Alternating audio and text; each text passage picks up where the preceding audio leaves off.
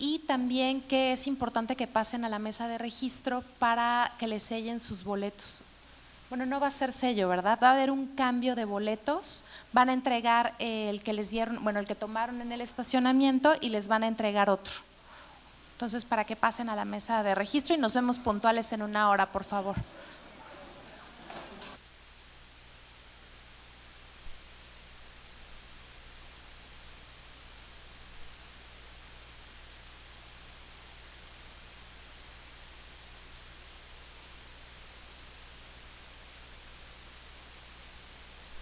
El INOAM se titula Pluralidad y Competencia.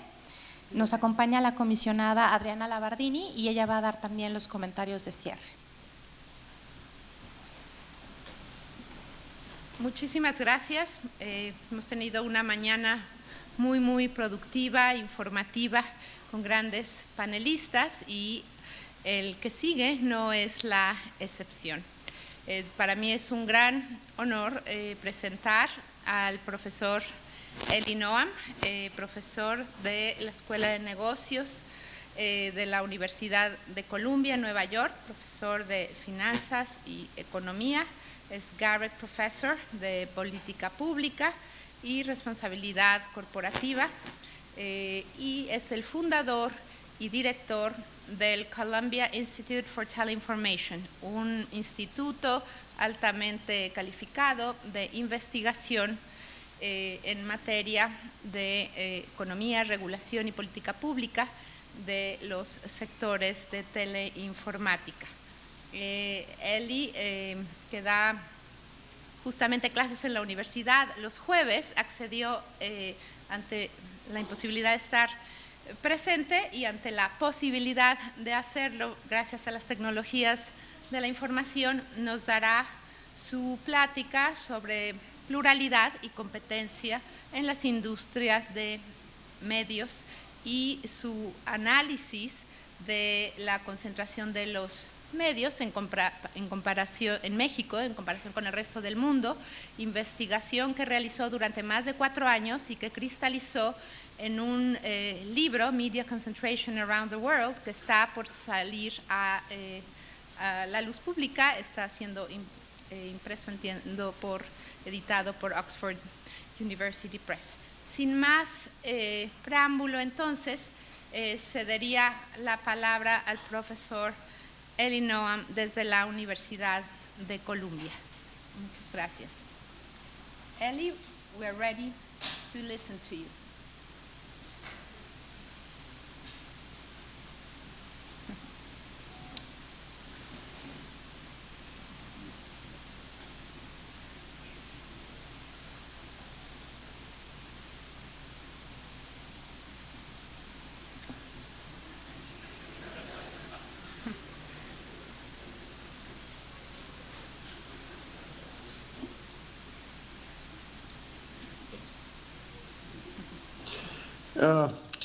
Good afternoon, ladies and gentlemen. This is Eli Noam in New York.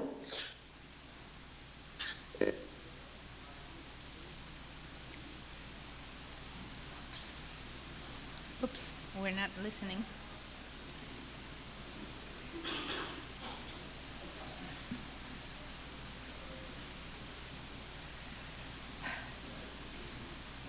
And in fact, I do not hear you as we've had to hope is very keep telling me that you are hearing me and that everything is fine. I will commence with my talk.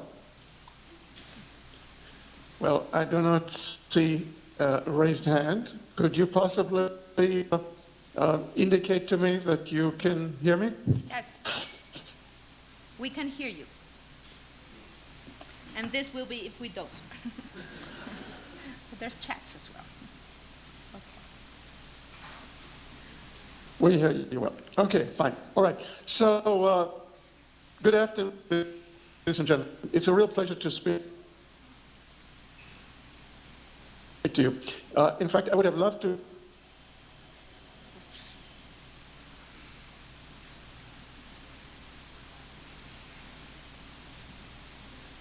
A ver, ¿por qué no se está pudiendo oír? Be there with, unfortunately, a semester my life. I did speak in Mexico City a year ago, and when I did speak to you, I spoke at the Senate, at that beautiful new building, and as well as at the Commission, and in another location. And I will, to some extent, repeat myself, if you don't mind, as we agreed before, because it is the end of my semester. But I'm pleased to show you now the book that has, from which I'm reporting, which has literally, we have received it today. So you see it before my family sees it, before my colleagues see it. It has just arrived. It's, what is it, how many pages? About 1,400 pages, very densely. And so I have to summarize some of the relevant materials from Mexico in a few minutes only. And the question, of course, is, why is this interesting? Why is this important?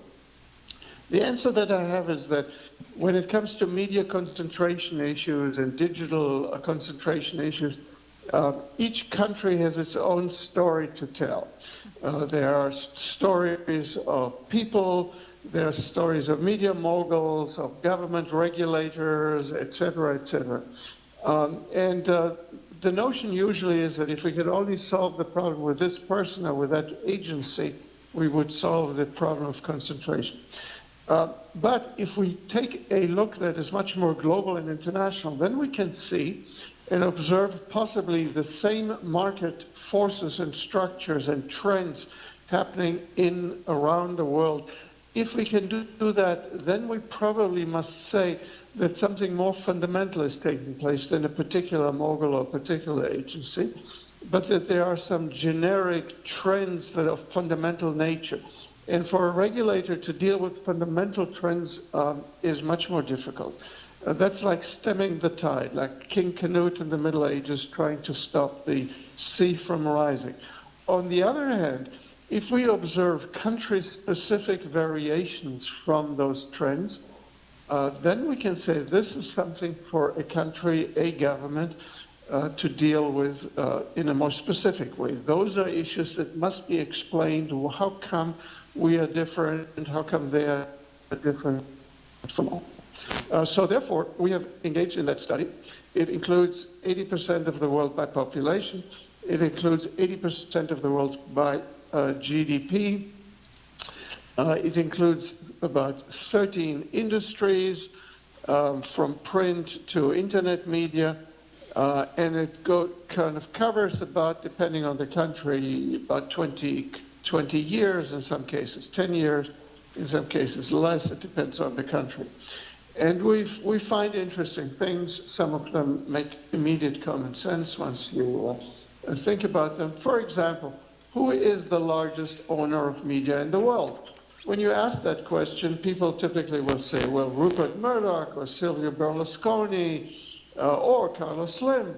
But the actual answer is a different one. It is the Chinese government. And it's not even close. By a huge margin, China, the Chinese government, controls a substantial part of its own media, a very large country, so it's a very large share in a very large market, and it totally overwhelms the market press of other companies. So if we say, okay, let's go to private owners, then people will still say, well, it's the Berlusconis and the Rupert Murdochs of the world. Well, again, they're wrong, because the largest owners are companies such as State Street and Vanguard and Fidelity. Well, they are large financial institutions. They're fund managers, and they own and they manage. You own lots of stuff, including media, and 6 billion of Google and 10 billion of AT&T and 5 billion of Netflix. And when you add it all up, their total holdings are huge and larger than those of virtually of all private owners. Well, you say, okay, so what about private owners? Who are the large personal owners of media in the world? Media I define now broadly, as I have, to include content media, platform media, telecom, internet, mobile, as well as media devices, the kind of the iPhones, those kind of devices, included in the media sector. And if we look at the largest owner here, the largest personal owner, now we're getting close, and we're getting close to you. It is Mr. Slim, who is, in fact, although it depends obviously on the stock market valuations, but at least last year when I measured it, it was ahead of Larry Page and Sergey Brin, the Google boys, and larger than Rupert Murdoch, or the Roberts family that owns Comcast and NBC Universal in the United States. Now, if we look at it slightly differently and look at what in the news field, which organization controls most of the news attention around the world, which is after all what we are in terms of democracy and culture most interested in is the news more so than the more general entertainment or the platforms. If we do that, and I have no time to explain how we do our calculation, then we come again to the Chinese government as controlling a huge market share of the world's news attention. But if and several other governments are also, like in Russia, India, in Egypt, controlling a lot of attention. But when it comes to other organizations, then, as you can see, Grupo Televisa is the number 5. Es el número 5 en esta lista de empresas a nivel mundial. Globo de Brasil está por encima de esa empresa. And why? Because it has a very large market share in a fairly large market. En un mercado muy grande, y si multiplicas y sumas las revistas y los periódicos en términos de la atención hacia las noticias, el tiempo que la gente se la pasa viendo las noticias, Grupo Globo es el más grande y Televisa está entre las más grandes empresas a nivel mundial. Ahora, el reporte habla de las tendencias a nivel mundial. Y volveremos al tema de México, las tendencias de la concentración de los medios.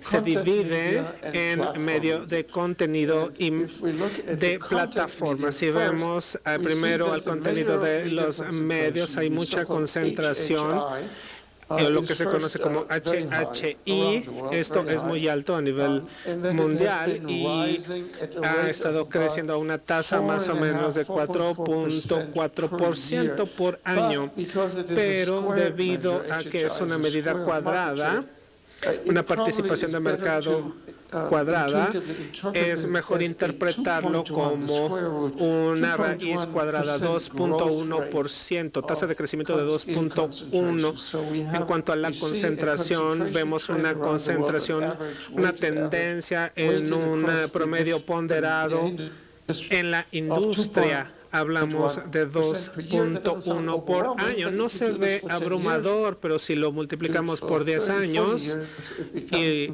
30 o 40 años, realmente es un número grande. Si hacemos lo mismo para los medios de plataforma, aquí los números lucen mejor. La concentración está bajando, pero muy poquito, a una tasa más o menos de un 4% por año, pero de niveles muy altos, de niveles de concentración que eran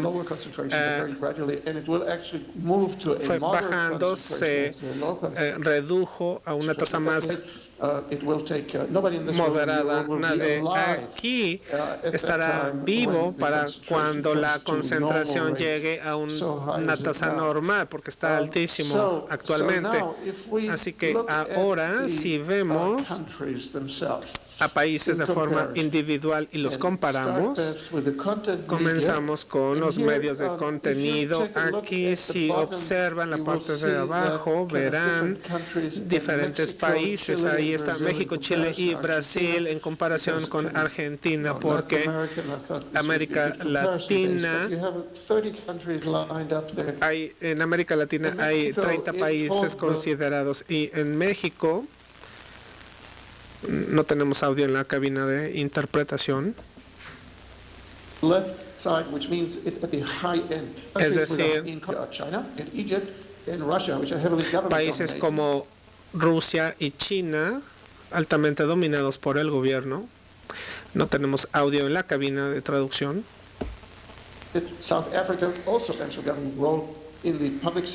En el sector público.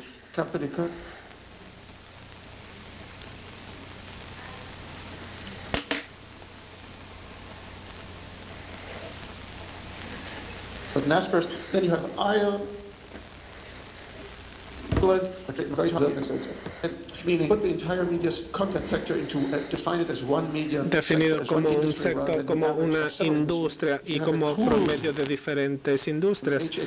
Tenemos un pool ahí. México está adelante, más adelante que muchos otros países, es más concentrado.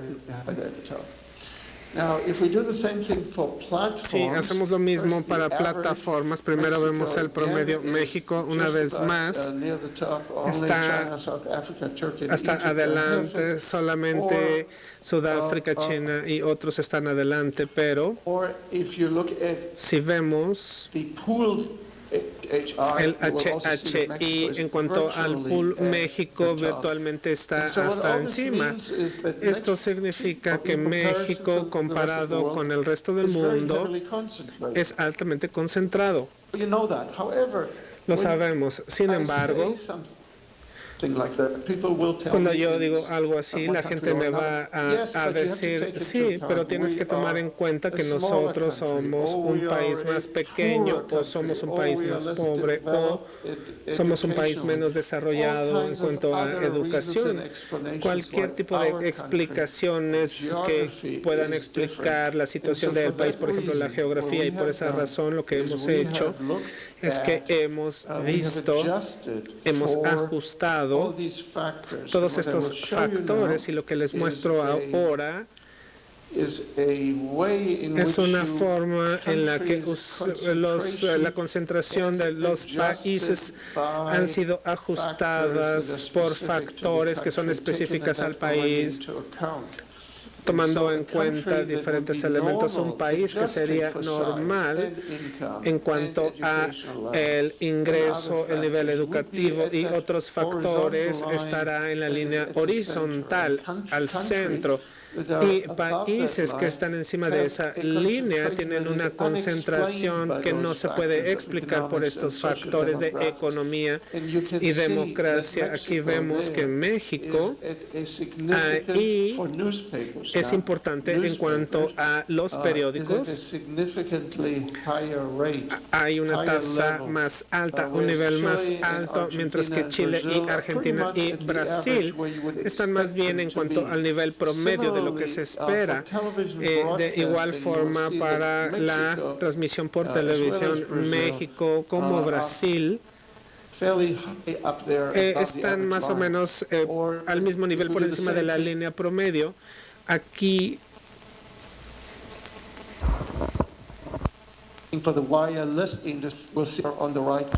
Aquí a la derecha vemos que es más alto que el promedio, un poquito más, incluso a los niveles que observamos en Suiza.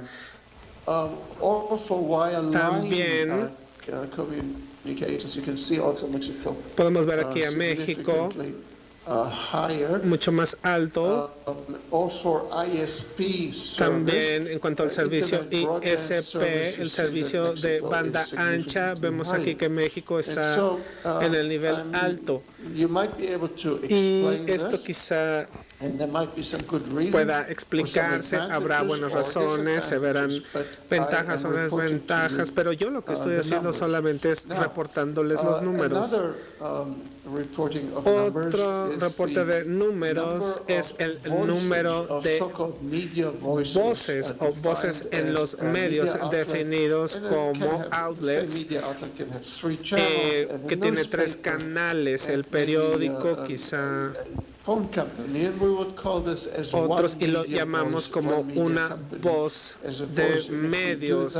Si hacemos esto, nosotros vemos que México tiene, relativo a otros países, un bajo número de voces de medios.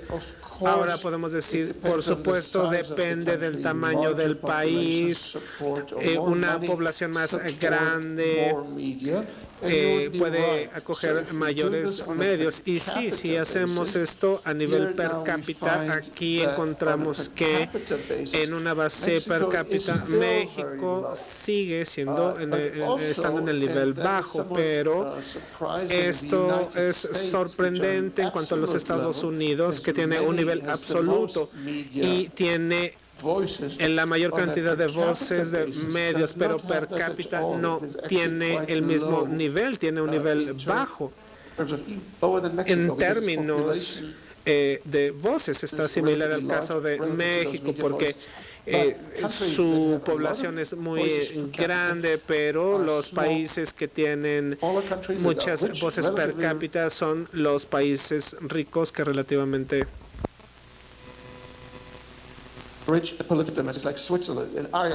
como Finlandia, Portugal.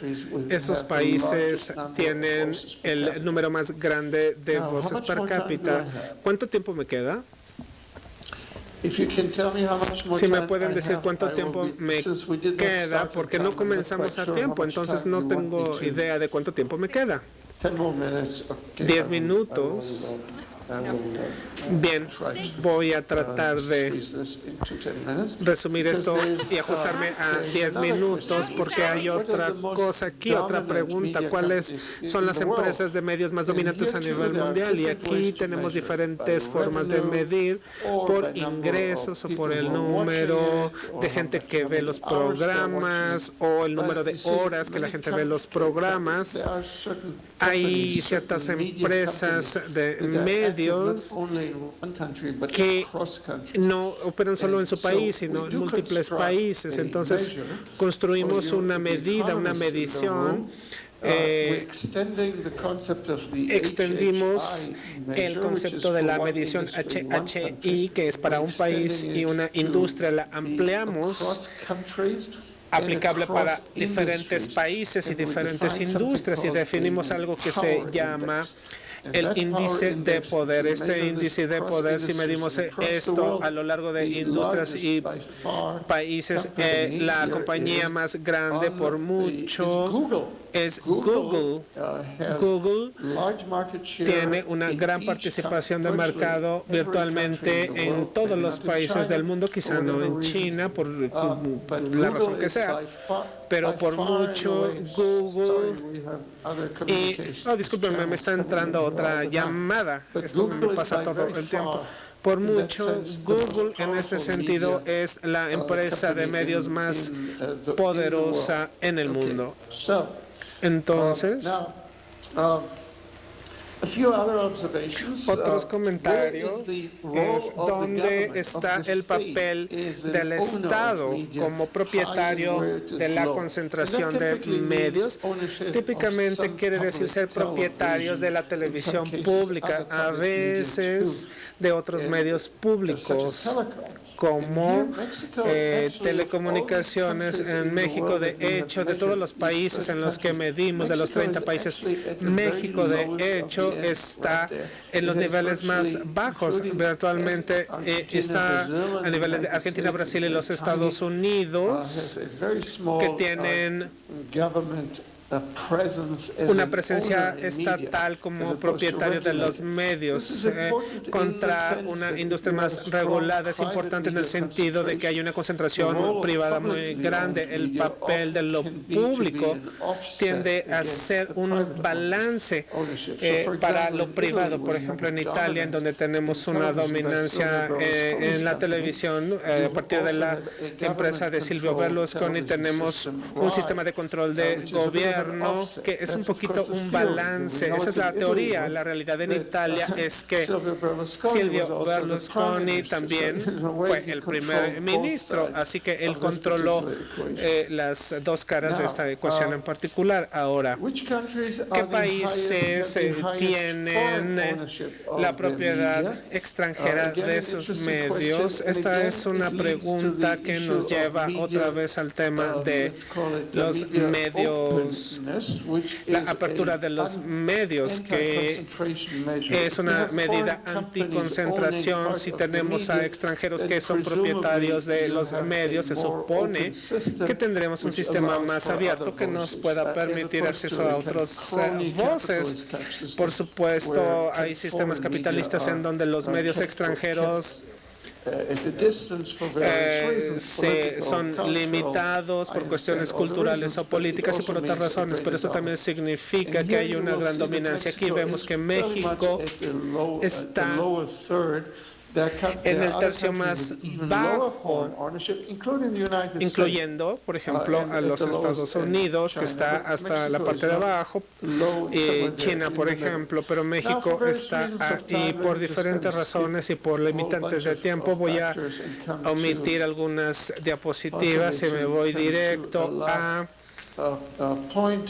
el último punto y luego a una conclusión. La primera pregunta es, la última pregunta es si el Internet va a resolver el problema, porque cuando hablamos de la concentración de los medios, la gente dice sí, pero ahora tenemos el Internet, ¿no? El Internet va a resolver los problemas. El problema no resuelve a todos los medios. Ahora tenemos este nuevo medio que es el Internet. Es abierto, puede ser pequeño, puede tener un mercado segmentado. Es cierto que esta historia es más grande. No se cuestiona lo interesante del Internet, pero después de todo, la entrada a, digamos, técnicamente hablando, el radio es algo muy sencillo. Tenemos a empresas de radio muy grandes. Para entrar a diferentes medios es sencillo, pero eso no niega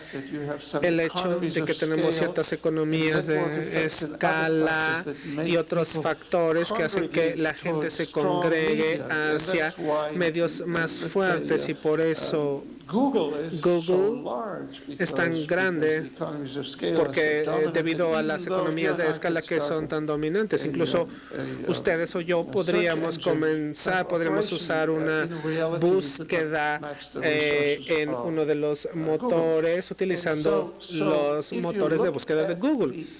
Y si vemos la industria del Internet y la comparamos con otras industrias electrónicas, radio, televisión, transmisión, cable, vemos que los medios de Internet son muchísimo más concentrados aquí. Vean esta explicación particular. Está en el eje horizontal. Ahí vemos la intensidad en cuanto a capital de los medios, los multicanales, motores de búsqueda. Relativamente son limitadas en cuanto a sus necesidades de capital. Sus costos fijos son altos.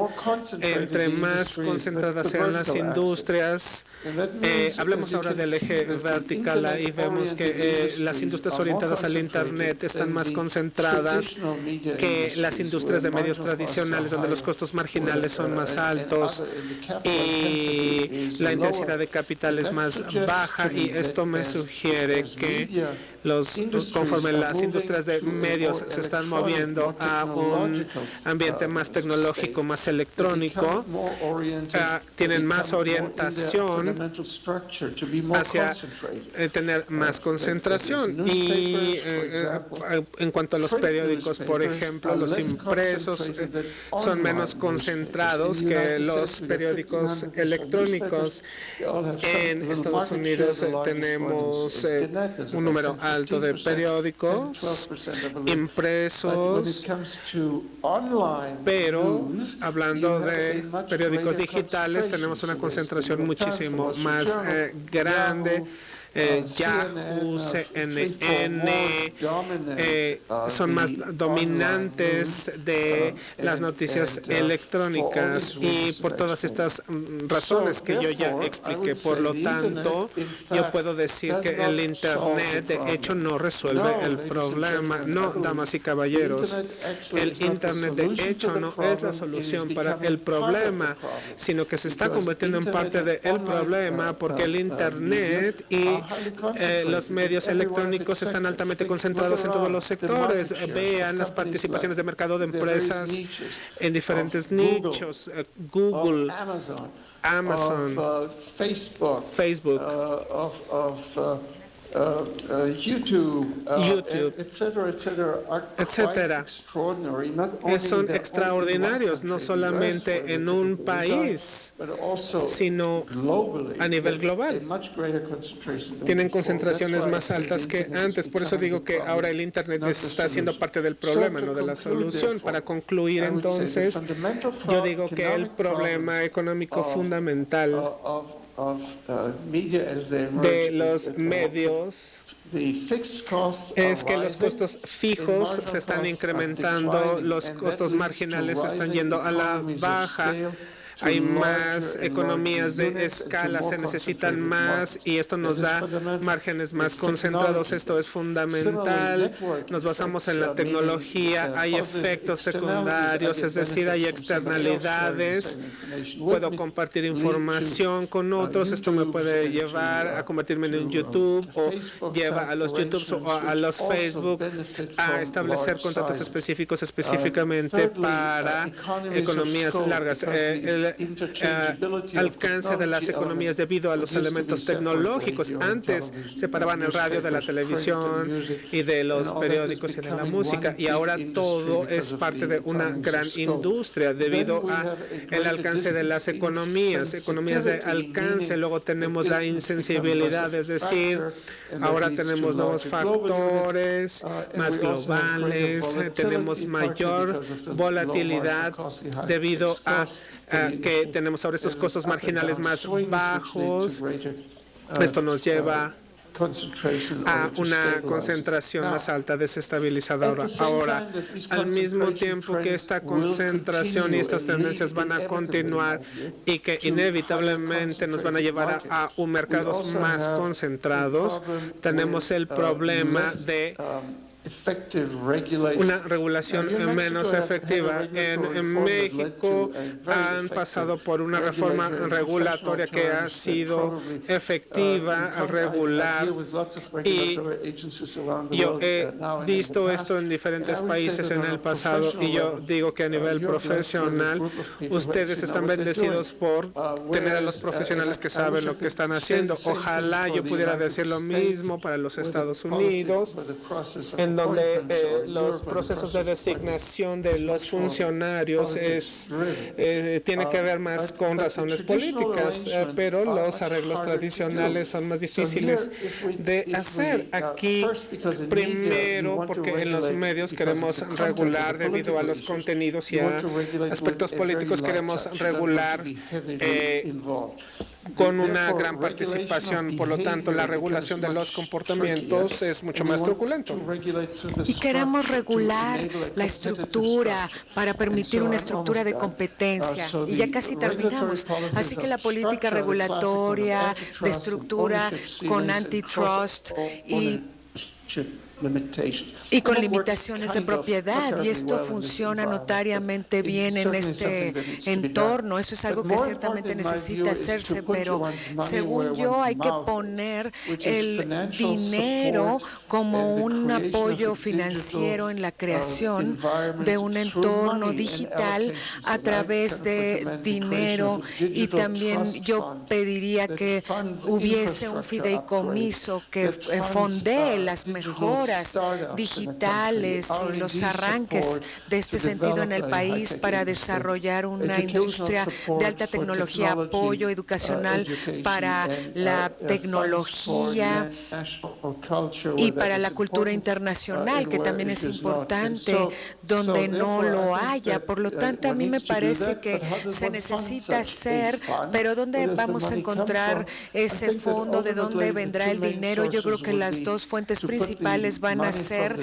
a partir de las opciones de espectro que entren aquí, y también tener partes digitales como en telecomunicación, en los anuncios de televisión, servicios de audio. Esta no es la recomendación ideal, pero yo creo que si queremos